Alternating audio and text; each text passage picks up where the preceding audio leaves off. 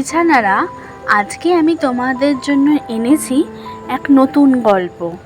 নাম সমুদ্র ও তিতির পাখি। সমুদ্রের ধারে একটা নিচু গাছে বাসা বেঁধে একজোড়া তিতির পাখি বাস করত। কিছুদিন পর তিতির বউয়ের ডিম পাড়ার সময় হলো। সে বলল, আমার ডিম পাড়ার আর বেশি দেরি নেই, তুমি একটা উঁচু গাছে আমাদের এক নতুন বাসা তৈরি করো। তিতির বলল, কেন, এ বাসাটা কিসে খারাপ হলো? আবার নতুন বাসা কেন তৈরি করতে যাব? তিতির বউ তার সন্দেহের কথা বলল, জোয়ারের সময় যেভাবে সমুদ্রের জল বাড়ছে, ভরা কোটালে জল আরও বাড়বে। আমাদের ডিম সমুদ্র যদি ভাসিয়ে নিয়ে যায়। তিতির বলল, দূর দূর, সমুদ্রের সাধ্য নেই আমাদের ডিম ভাসিয়ে নিয়ে যাবে। সমুদ্র শুনে ফেলল তিতিরের স্পর্ধার কথা। যে রেগে গেল এতটুকু তিতির, তার আবার এত অহংকার।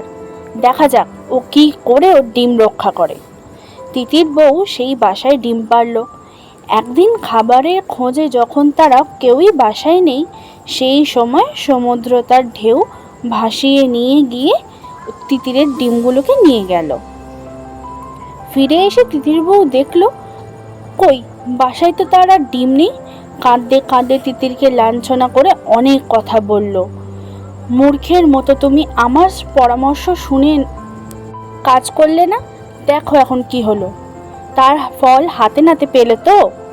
আমি বলেছিলাম অন্য বাসা ঠিক করো, তাহলে ডিমগুলো এমন সমুদ্রে ভেসে যেত না। তুমি এখন একটা কাজ করো, আমাদের স্বজাতিদের ডাকো। তিতির চিল, বক, টিয়া, সারস, ময়না, ময়ূর ইত্যাদি পাখিদের ডেকে এনে আলোচনায় বসলো কি করে সে তার ডিম ফেরাবার ব্যবস্থা করতে হবে। একটা পাখি বলল, সমুদ্রের জল শোষণ করে, তবে ডিম উদ্ধার করতে হবে। কিন্তু আমরা অত জল শোষণ করব কি করে? চলো যাই আমাদের রাজা গরুরের কাছে, তিনি এখন তার প্রতিকার করতে পারেন। কথা মতো সকলে হাজির হলো গরুর রাজের কাছে। কেঁদে বলল, মহারাজ, এর একটা বিহিত করুন, তিতির পাখির ডিমগুলো উদ্ধার করে এনে দিন। পাখিদের কথা শুনে গরু দুঃখিত হয়ে বলল, সমুদ্রের তো খুব আস্পর্ধা, দেখছি ওকে এখনই শোষণ করে ওর প্রতিশোধ নিতে চাই। তোমরা এখন চলে যাও, আমি শীঘ্রই ডিমগুলো উদ্ধার করে দিচ্ছি। গরুর ভগবান বিষ্ণুর বাহন, বিষ্ণু যেখানেই যান না কেন, গরুর ছাড়া তো তার চলে না। গরুরের পিঠে চড়েই তার যাতায়াত। আর সমুদ্রের পদ্মের ওপর শয়ন করে বিষ্ণু বিশ্রাম করেন। সমুদ্র তার বিশ্রামের জায়গা।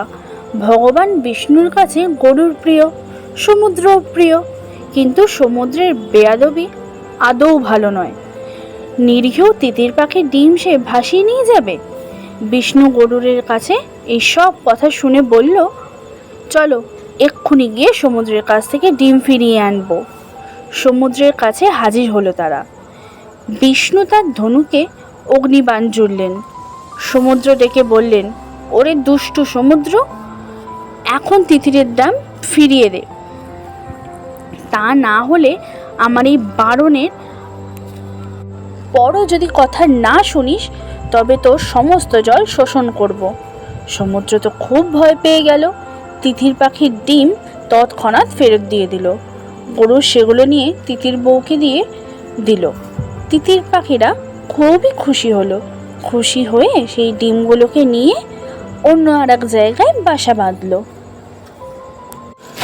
লক্ষ্মী ছানারা, তোমরা কিন্তু জানাতে ভুলো না আমাদের গল্প কেমন লাগছে। তোমরা আরও কি কি গল্প শুনতে চাও আমাদেরকে অবশ্যই কমেন্ট করে জানিও।